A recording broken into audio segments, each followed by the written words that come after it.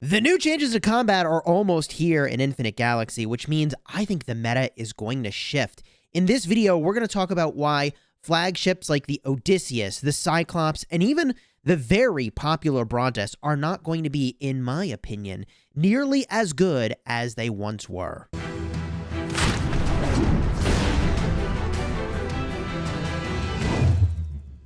Hello my friends and welcome back, I'm Chisgule Gaming, and in this video we're going to be talking about the new meta for Infinite Galaxy. This video has been sponsored by the makers of Infinite Galaxy, and let's get this thing started.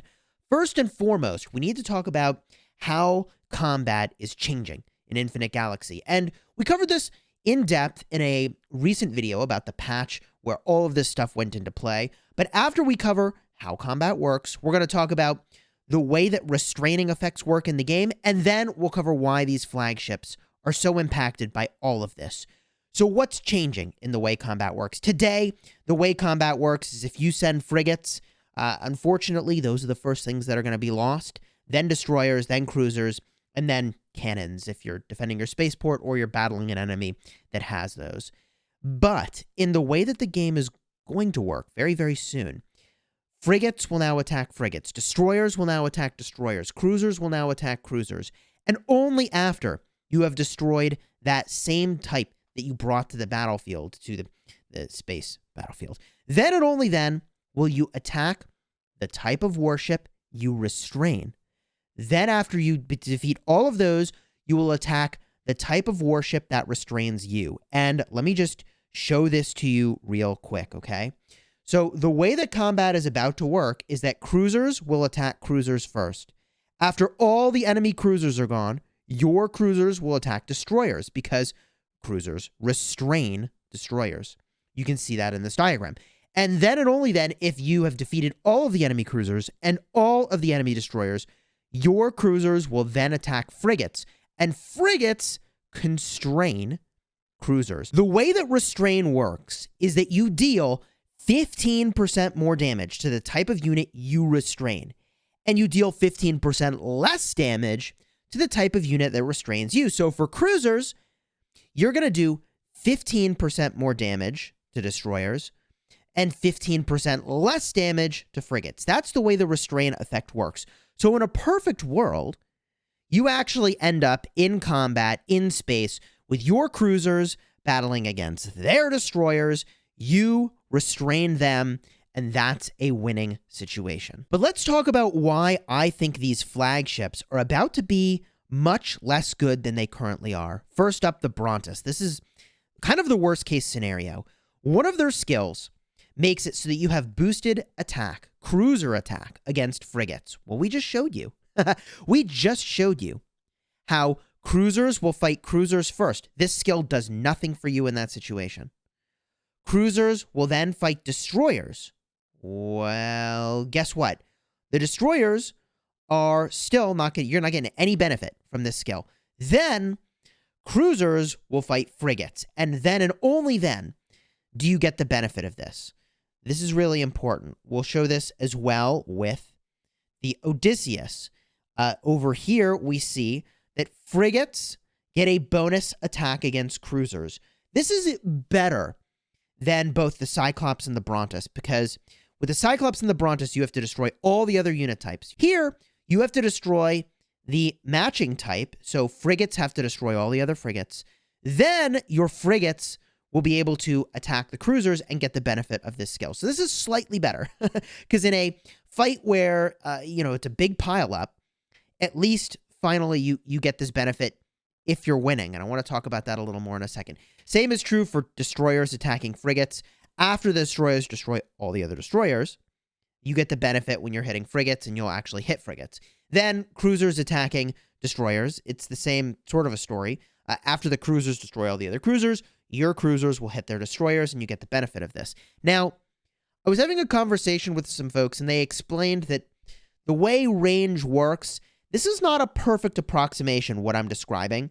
Theoretically, there's some amount of time where fleets are still getting into position and cruisers are really slow for getting into position in a fight. And so there's some amount of time where you might actually have the frigates be the closest in range and the Cyclops would attack them for a little bit. but they will reprioritize the second that there are other cruisers in the lineup to go and fight. And that's really important to keep in mind. So let me show you maybe a little bit of a diagram that helps explain how important this is. Okay, let's make a diagram showcasing how this could go. And this is going to be, I think, a pretty simple diagram. There's two scenarios you could engage in. One is 1v1. You catch somebody out of position or they catch you out of position.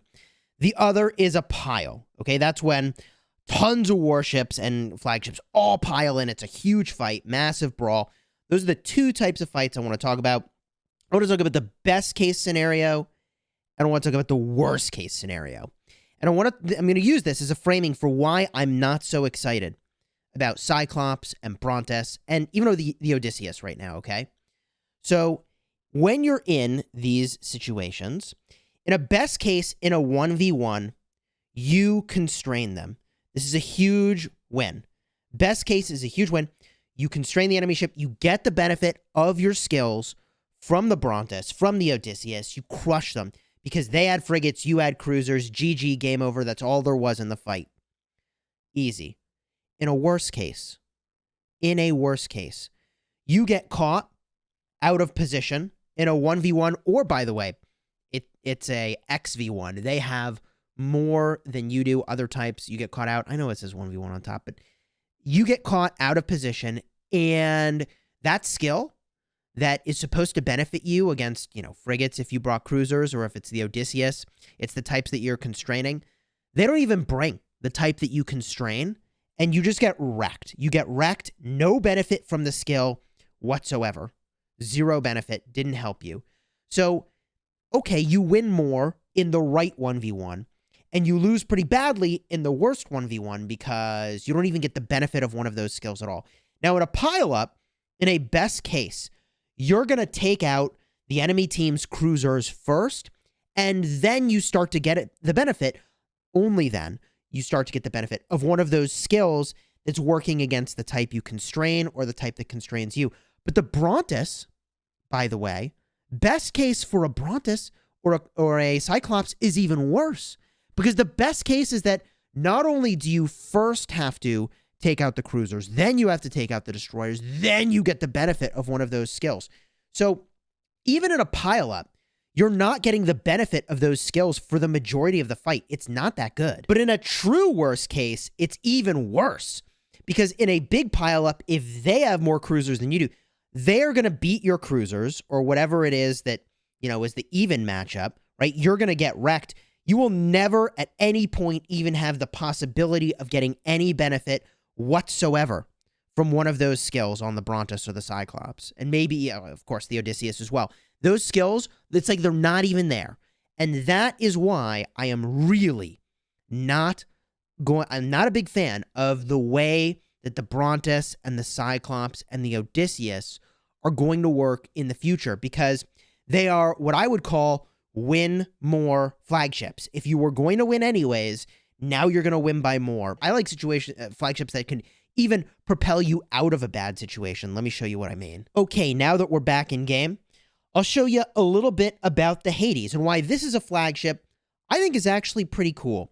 Because if we get a look at the skills, you get navigate speed and you get fleet leadership limit. You get destroyer attack, you get destroyer hit points. You get navigate speed again. You get warship total shields, and you get destroyer range and attack. These are basically all relevant to you when you're fighting. And I get that the speed is going to help you get to fights faster and avoid fights you don't want faster. So that's not exactly relevant in combat, but I really like everything that's happening on this flagship. There are zero situations where you're upset about having any of these skills, to my knowledge. Look at the Artemis, for example. This is a flagship where you get armor, you get shields and more armor, you get more shields, you get navigate speed and hit points. Good all the time. I'm a fan of flagships that work more like this than flagships that are very conditional in nature, because as we just showed in the diagram, I worry about how the Cyclops is going to do. I worry about how the Brontes is going to do, and even the legendary tier Odysseus. I mean, cool, fleet leadership limit is great, but this skill may not do anything for you. The next skill, only relevant against players, but could be very good, could offset the whole balance here. And then this skill, when the total hit points of the deployed fleet is less than 50%, well, geez.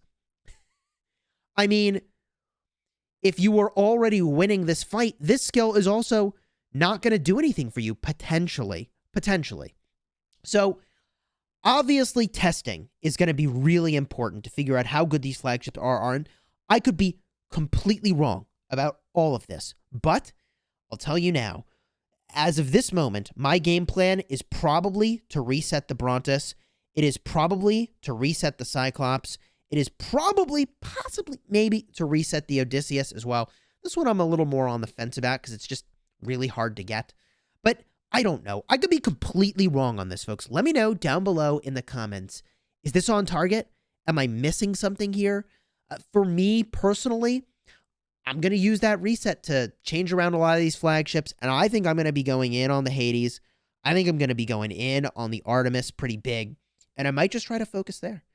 Again, let me know down below. If you enjoyed this video, throw a like on here, consider subscribing, and until next time, you have fun smashing your nebula.